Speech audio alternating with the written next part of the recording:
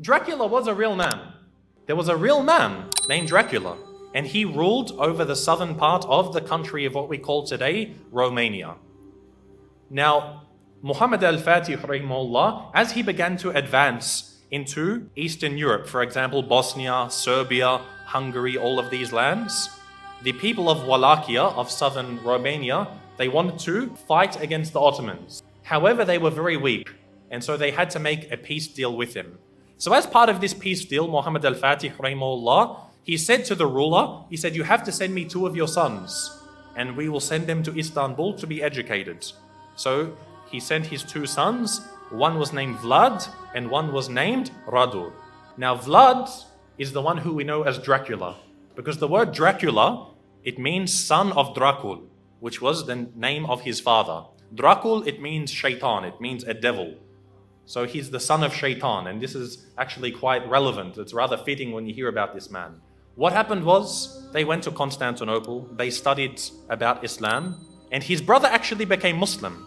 So the brother of Dracula, Radu, became a Muslim. He memorized the Quran, he studied so much, and even Dracula studied the Quran even though he wasn't a Muslim. He spoke Arabic, he spoke Persian, he spoke Turkish, and of course Romanian and other languages. And later on, he was sent back to his country, where Radu remained, and he became the ruler of his country. Because the Ottomans realized they can't send a Muslim to rule over the country because they're Christians. They wanted to send Vlad, Dracula, so that they could get him there and then defeat him in a war, and they would rule the country. However, Dracula, he decided that he wasn't going to do what the Sultan wanted.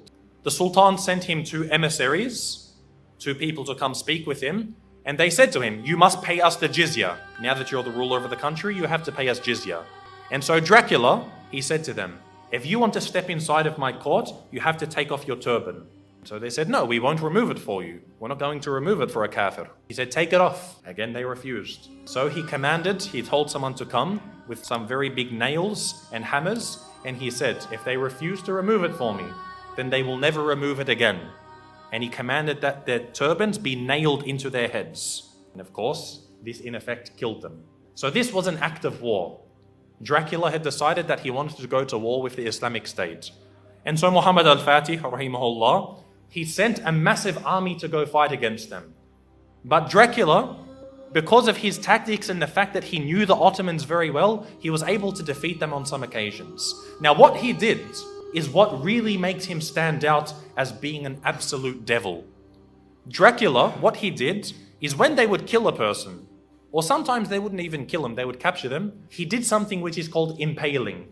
Now, if you haven't heard of impaling, it's a pretty gruesome thing to start to describe. What they would do is they would get a very, very big stick. They'd make it sharp at one end, they would insert it through your backsides, pass it through your body until it comes out of your mouth. They would impale them, they would pass this through their body. A lot of the time they would be alive as well. And this is how they would kill them. And then they would put this in the grounds, then impale the next person, put him next to him. And the Ottoman army, when they went to go check on their troops, they found that on one of the very long roads leading to the capital of this area, they found 20,000 Muslims impaled along the sides of this road. Imagine this. And we suffer today. No doubt we suffer as Muslims today. But things like this, you can't really compare. 20,000 of them impaled. You can imagine how Mohammad Al-Fatih, rahimahullah, he feels. To see even one Muslim killed is too much. But to mutilate their bodies after this was something which was, beyond what was acceptable. And so he decided to send Radu, who was the brother of Dracula. He sent him to go fight against his own brother. And eventually Radu, rahimahullah, he was able to actually eventually catch up with his brother. This is after he commits so many more atrocities. Even the Christians, they started to back off from him. Because what happened was he, being Romanian, he was Orthodox, he wasn't Catholic. But he actually said to the Pope, he said, if you give me some more troops, I'll become a Catholic for you. Anything you want, I'll change my religion for you. He couldn't care. He wasn't a man of true belief. He was only a man of pragmatism on the battlefields. And so even the Christians started to distance themselves from him.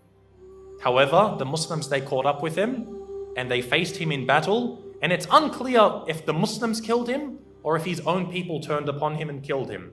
But either way, Dracula was killed. And the Ottomans, the Muslim army, defeated Dracula. And so what they did was they removed his heads and they took it to the city of Istanbul and they put it on a very, very large stick. They impaled his head and put it at the gates of Constantinople, where it stood for about 2-3 months. If you want to be like this man, wage war against us. This was the demise of Dracula. And again, as Muslims, most of us won't even know about this. How many people know that Dracula was a real man? And we as Muslims, we fought him and we killed him. You know how they say garlic kills Dracula, or a silver bullet to the heart, or a wooden stake? None of these kill Dracula. Muslims kill Dracula. So anyone who wants to follow the way of Dracula, they will face the same wrath from the Muslim Ummah. So these things really do make us think. They make us realize just how much of the hidden legacy that we have. A history of our nation that many of us are unaware of.